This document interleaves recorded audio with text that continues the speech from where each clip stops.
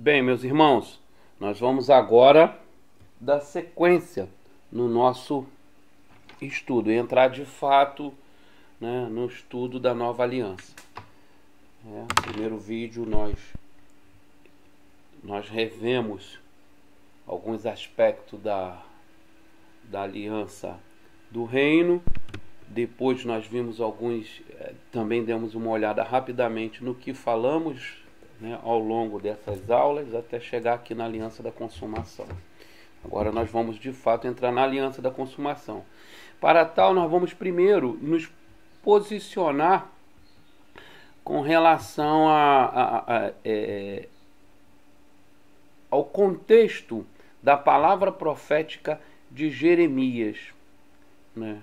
Que é o ponto é o link, né, que nós temos entre talvez o texto que faz a ponte entre a aliança davídica, né, e a nova aliança, né, a aliança davídica, que fica como a última aliança ou a último aspecto acrescido à aliança até que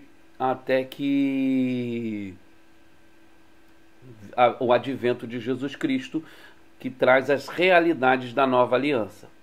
Então vamos dar uma olhada, vamos primeiro ler o texto. O que diz o texto de Jeremias 31, a partir do verso 31? Diz assim a palavra do Senhor, eu estou lendo na versão Nova Almeida Atualizada. Eis aí vem dias, diz o Senhor, em que firmarei nova aliança com a casa de Israel e com a casa de Judá. Não segundo a aliança que fiz com seus pais, no dia que os tomei pela mão para os tirar da terra do Egito. Pois eles quebraram a minha aliança, apesar de eu ter sido seu esposo, diz o Senhor. Porque esta é a aliança que farei com a casa de Israel depois daqueles dias, diz o Senhor. Na mente lhes imprimirei as minhas leis, também no seu coração as escreverei. Eu serei o Deus deles, e eles serão o meu povo. Não ensinará jamais cada um ao seu próximo, nem cada um ao seu irmão, dizendo: conheça o Senhor, porque todos me conhecerão, desde o menor até o maior deles, diz o Senhor, pois perdoarei as suas iniquidades e dos seus pecados jamais me lembrarei. Louvado seja o Senhor pela sua palavra. O contexto em que se é dado, em que se é referido essa profecia, né? O texto de Jeremias, ele é um texto maravilhoso, né? É um texto maravilhoso e eu gosto muito, né? Começar dali de Jeremias 29, quando o povo é levado cativo, né? Conduzido ao cativeiro pelo Senhor, e o Senhor ordena ao povo que viva, ainda que cativo, de um modo digno a aliança. E vai, a partir do capítulo 29, nós vemos o Jeremias trazendo uma palavra de esperança ao povo. Então, a monarquia acabou, Jerusalém está devastada e o fato é que, embora formalmente circuncisos, os descendentes de Abraão são agora tratados como incircuncisos e assim lançados para fora da terra.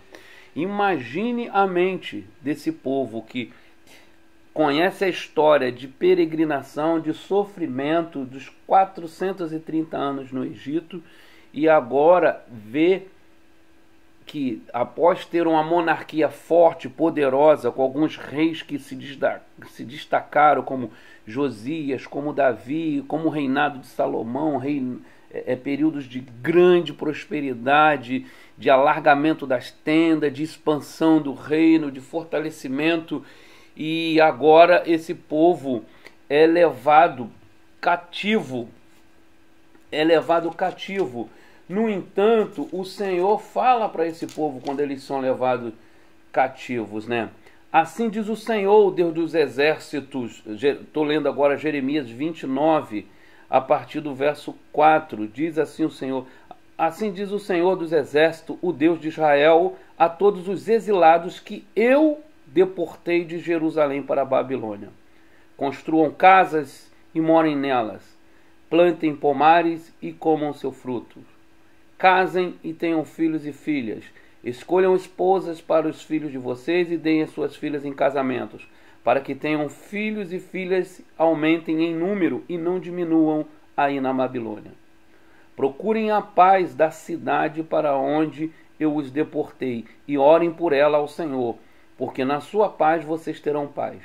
Porque assim diz o Senhor dos exércitos, Deus de Israel: não se deixe enganar pelos profetas e adivinhos que vivem no meio de vocês.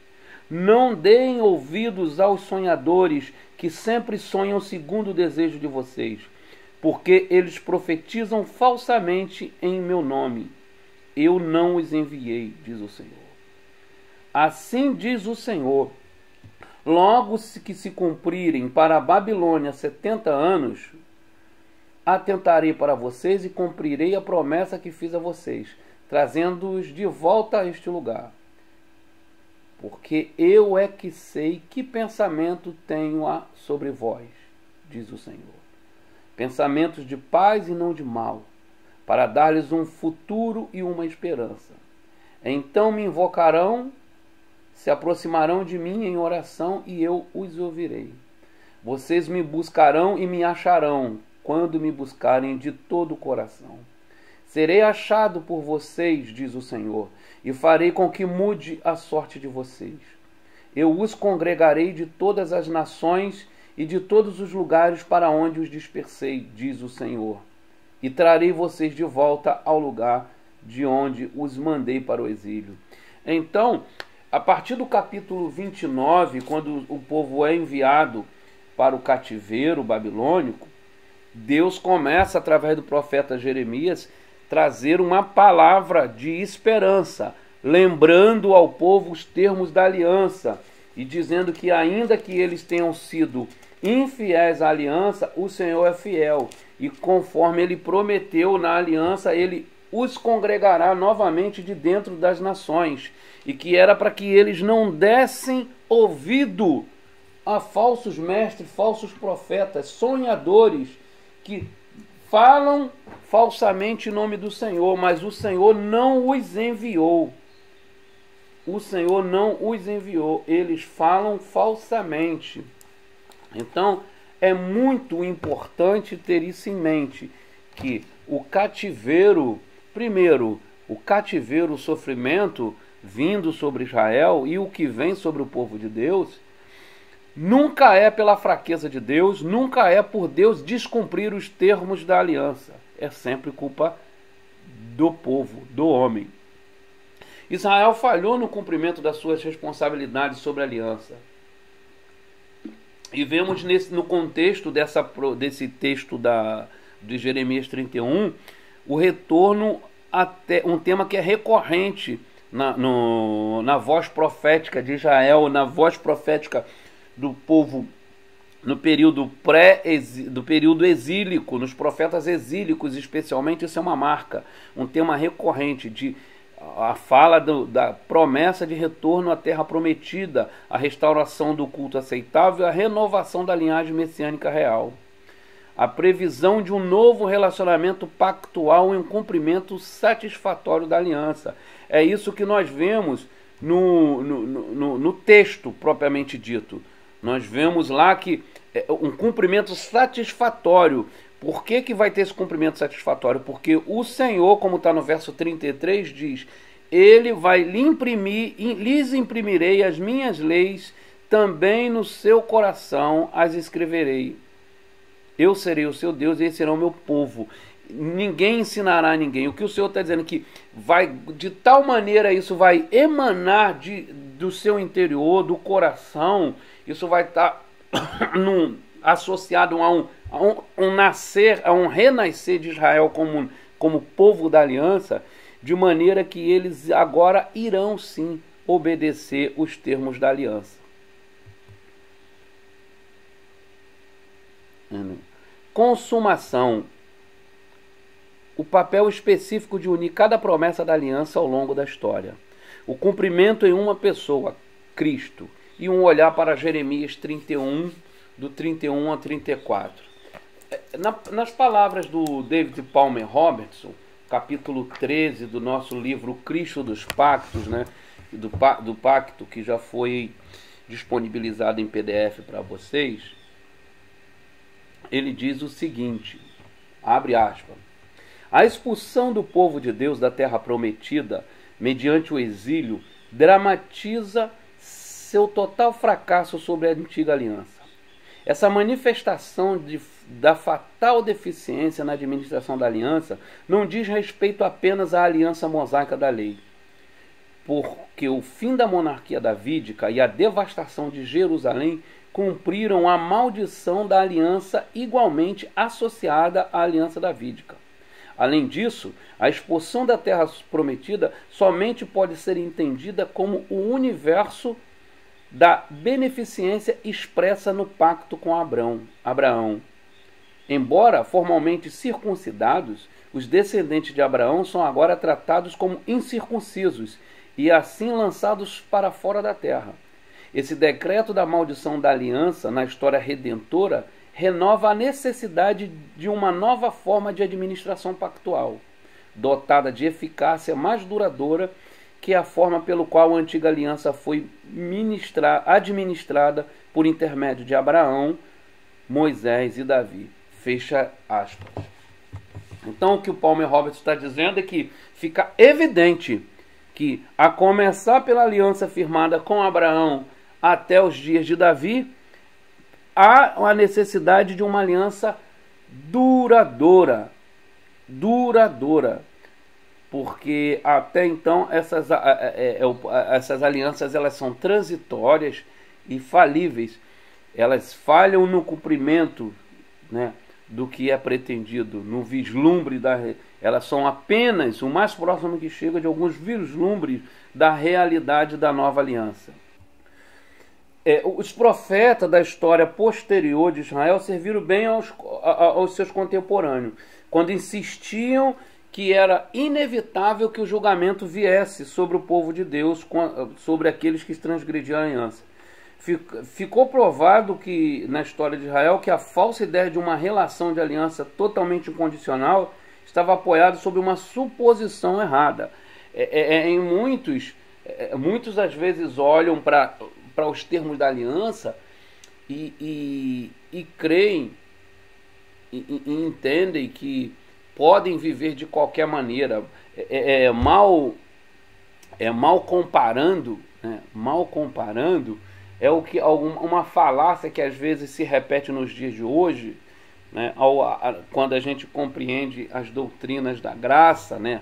Da perseverança dos santos, e entende que é Deus que nos conduzirá, é Deus que nos sustentará e é Deus que nos apresentará diante dele mesmo no último dia, né? E isso para alguns pode sinalizar uma liberdade para viver de qualquer maneira.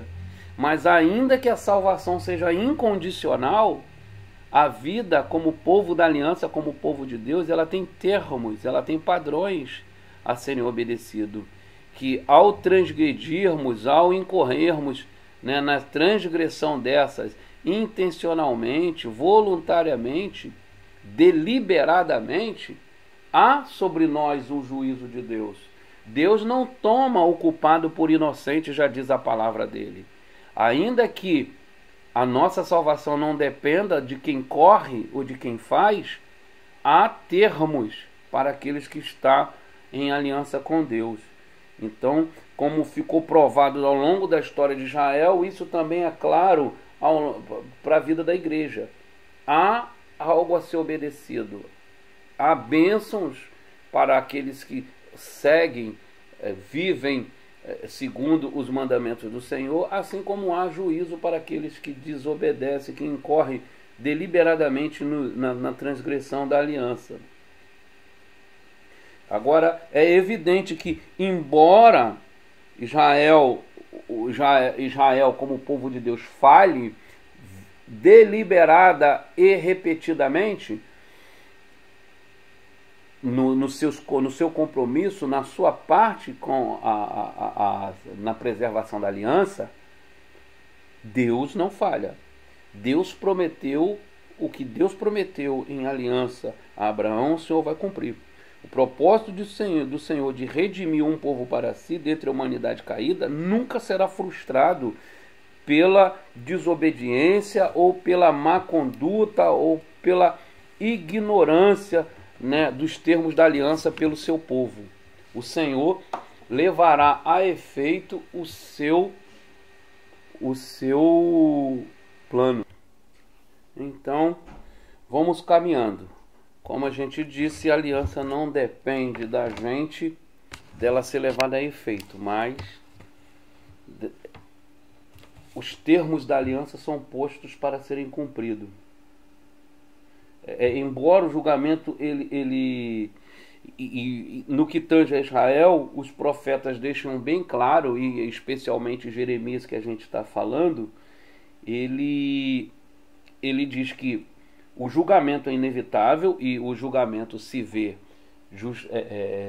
claramente, está diante dos olhos dele, que Deus está julgando, não só julgando, mas condenando, né? É mais do que um julgamento, é uma condenação, é o juízo que já vem sobre eles, ao exportá-los, né? Ao tirá-los, desterrá-los, né?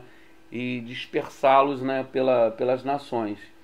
Mas a palavra vem dizendo que o Senhor restabelecerá uma nova aliança com seu povo. Ao longo da história de Israel, a aliança ela sempre estruturou o relacionamento de Deus com o seu povo. Então, pode-se ver que a era futura essas relações também assumem uma forma pactual. E essa última aliança ela pode ser designada como a chamada aliança da consumação. E algumas coisas a gente precisa prestar atenção. Atenção no contexto dessa profecia, que é o centro, né? A partir dela que nós analisamos a questão da nova aliança. Então, o contexto dessa profecia ela vai mostrar, por exemplo, que a descendência de Abraão é considerada não meu povo, né? A gente vê isso na palavra de Oséias, né? Que o Senhor fala: chamarei meu povo aqueles que não eram povos, né? E aqueles que são chamados de povo deixarão de ser. Jesus fala disso já dentro da nova aliança, que ele fala, né? Muitos virão e sentarão à mesa no lugar dos filhos de Abraão, no filho de Abraão. Então, a descendência de Abraão é considerada não meu povo, e por isso eles são tratados na semelhança dos incircuncisos, como disse o Palmer Roberts, né? Sendo eles circuncisos, são tratados como incircuncisos. Entendeu? Apesar disso, uma aliança perpétua está sendo desenvolvida. Entendeu? Está sendo desenvolvida. Assim como Deus um dia chamou Abraão de caldeus e fez promessa a respeito de uma terra, agora a descendência de Abraão ela é considerada não povo e é expulsa da terra. Mas a palavra de devastação não é a única que vem sobre que Jeremias traz. Quando ele fala da nova aliança, ele traz esperança para Israel. Ele traz a esperança de que um dia o Senhor vai de novo reunir o seu povo, congregar o seu povo na terra que ele prometeu em aliança, a terra de descanso. Entendeu? Embora somente essa passagem de Jeremias nas Escrituras da Antiga Aliança mencione especificamente uma nova aliança, esse conceito de nova aliança não pode ser restringido a essa única profecia, que a gente vê de forma diferente ela em alguns outros textos. Por exemplo, em Ezequiel há uma série de profecias que vai dar uma ideia dessa nova aliança. Ezequiel 37, por exemplo, vai estar falando dessa nova aliança, dessa restauração de Israel como povo. A profecia registrada em Jeremias 31, ela traz consigo, né, a garantia de retorno desses exilados à terra da promessa, né? Na verdade, quando falo do contexto da profecia, eu estou falando essencialmente ao 31, capítulo 31, do verso 31 ao 34, mas o contexto mais amplo, que vai do 29 até o 32, né? O mais amplo, que vai do 29 ao 32. É lógico que se a gente considerar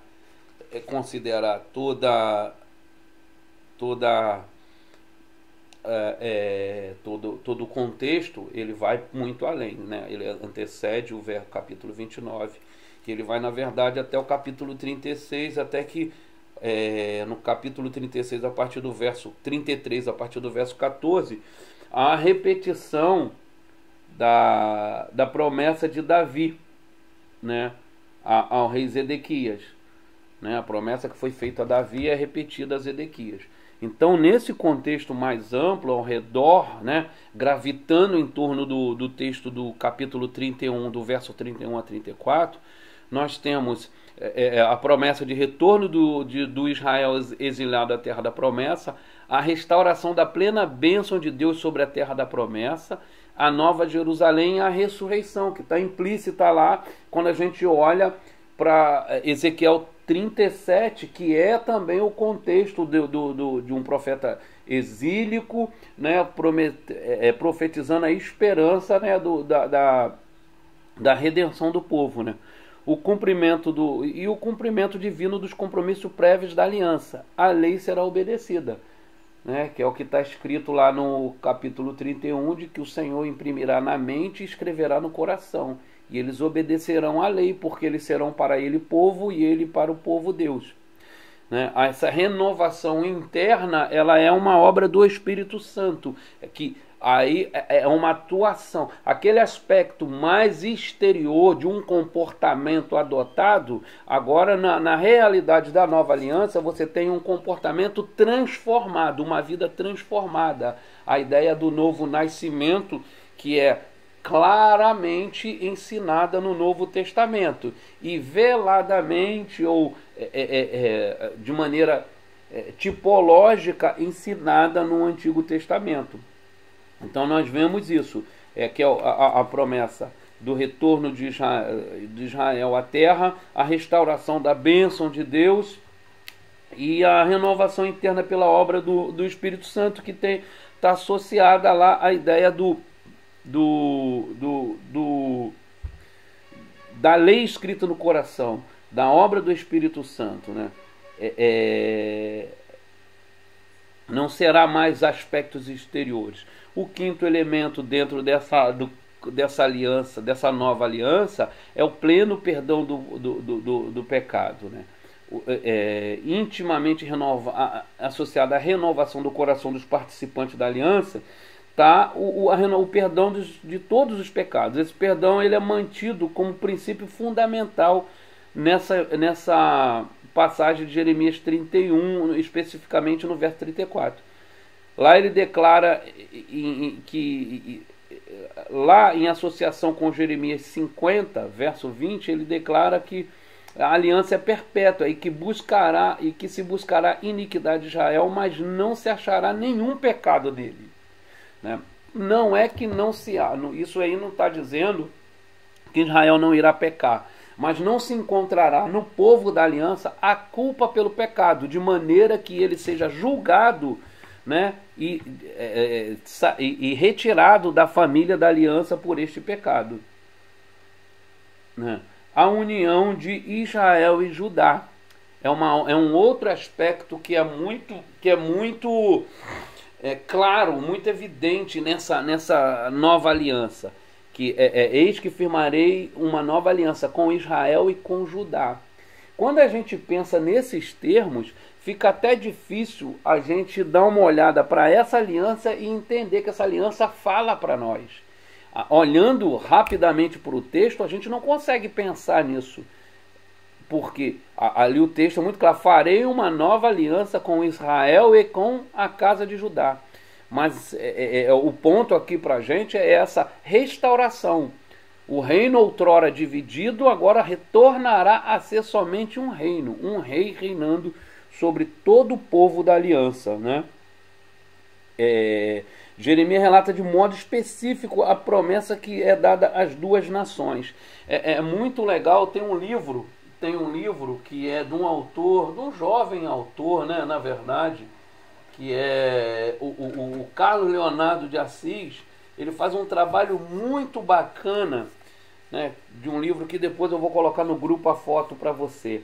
As duas casas de Israel, judeus e gentios no plano eterno de Deus. Ele faz um trabalho sensacional pesquisando, né, estudando os aspectos da nova aliança, né? Ele vem ali o plano de Deus e a família de Noé, o chamado de Abraão, o plano estabelecido. Aí ele vem trabalhando a questão das duas famílias até a questão de Efraim, né, que Efraim é chamada a porta, né, dos gentios. E é muito interessante o trabalho que ele faz ao longo de todo o Testamento, do todo o Antigo. Ele vai caminhando no Antigo Testamento e vendo e analisando essa questão das duas casas de Israel. Ele analisa bem a profecia de Ezequiel 37, de Jeremias 31, né, vai tratando disso de maneira muito legal. Também a questão lá do Apocalipse 7 e Apocalipse 14. É muito bacana o trabalho que ele faz, vale a pena, né, aqueles que quiserem se aprofundar, entender melhor essa relação das duas casas de Israel, que primeiro começa com Israel e Judá e depois se torna Israel e a igreja. É muito bacana, vale a pena, né? Aí ele coloca como um apêndice, ele coloca 3 apêndices nesse livro. Um é as pedras preciosas no peitoral do sumo sacerdote e a ordem das tribos. Depois ele coloca a transfiguração de Jesus e as duas casas de Israel, Moisés como a casa de Judá e Elias como a casa de Israel. Apêndice 3, o que é a igreja? Quem compõe a igreja? Judeus, gentios e costumes. A vantagem do judeu. Como interpretar Romanos 3, de 1 a 3. Quem é o remanescente judeu hoje? Por que tão poucos judeus na igreja? É muito interessante. Eu acho que vale muito a pena adquirir esse livro, né? Então, o caráter, a união, a restauração e a unificação do reino de Israel. E um sétimo aspecto que essa profecia nos mostra é o caráter perpétuo da nova aliança. Qual é o caráter da nova aliança? O caráter perpétuo da nova aliança o reconhecimento desse caráter perpétuo da nova aliança é essencial a apreciação da natureza distinta dela, porque enquanto as outras alianças foram em tese, não há uma substituição, como a gente tem dito, são novos elementos, nova forma de administração, mas enquanto essas tinham seus aspectos transitórios a serem que mais à frente eles se tornavam mais claros, a nova aliança ela tem esse aspecto de perpetuidade. O caráter e esse caráter perpétuo ele tem dimensões escatológicas. Ela não é apenas uma nova aliança, ela é a última aliança. Após o cumprimento dela, ou toda a plenitude, em alguma medida, ela dá a ideia de a plenitude, o descanso prometido, o descanso das obras, né, o descanso eterno, o eterno Shabá. Ele vai ser na aliança, porque a gente descansa e estar com Deus em aliança. Então, não há uma próxima aliança. Nós vivemos e viveremos a plenitude da nova aliança, que também é a última aliança. Porque ela vai trazer a plena fruição daquilo que Deus propôs na redenção. Jamais será suplantada por uma aliança subsequente. as alianças anteriores, elas podem ser consideradas perpétuas somente na medida em que elas encontram a sua realização na nova aliança. Então, como que a gente olha a aliança de Abraão como perpétua? Porque ela lança fundamentos para o que nós estamos analisando aqui, que é a nova aliança. Então, nesse sentido, ela é perpétua, porque os termos lançados e estabelecidos nela estão presentes nessa nova aliança. Então, é essencial que a gente possa ver a profecia da nova aliança de Jeremias nesse cenário bíblico-teológico mais amplo. Embora a expressão nova aliança ocorra apenas em Jeremias 31, o conjunto de ideias que retrata a expectativa futura do povo de Deus tem uma base muito ampla, né? Essencialmente, pode-se até dizer que a era futura é caracterizada pelos profetas como tendo uma estrutura de aliança correspondente à totalidade dos relacionamentos passados do Senhor com o seu povo. Aí abre aspas para o Robertson, né, no Cristo dos Pactos, que diz, abre aspas, ainda que mantenha um equilíbrio de continuidade com o passado, essa nova aliança possui características únicas que pertencem exclusivamente a ela. Por essa aliança, o propósito de Deus de redimir um povo para si encontra cumprimento consumado. Fecha aspas. Então, só lembrando, analisando o contexto da profecia, o contexto amplo da profecia, nós observamos, né, quando falamos de contexto amplo, nós estamos falando de textos correlatos, Jeremias 50, Ezequiel 37, até mesmo alguma coisa no livro do profeta Oséias. Então, nesse contexto mais amplo, nós vamos observar que há uma promessa do retorno do Israel exilado, há uma promessa de restauração da bênção de Deus sobre essa terra, há um cumprimento divino de compromissos prévios da nova aliança, a lei será obedecida, há a renovação interna pela obra do Espírito, né?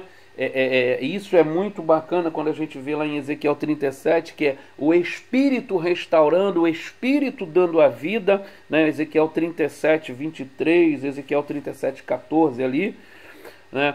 Tem o pleno perdão do pecado, a restauração da unidade entre Israel e Judá e o caráter perpétuo da nova aliança com a sua dimensão escatológica, né?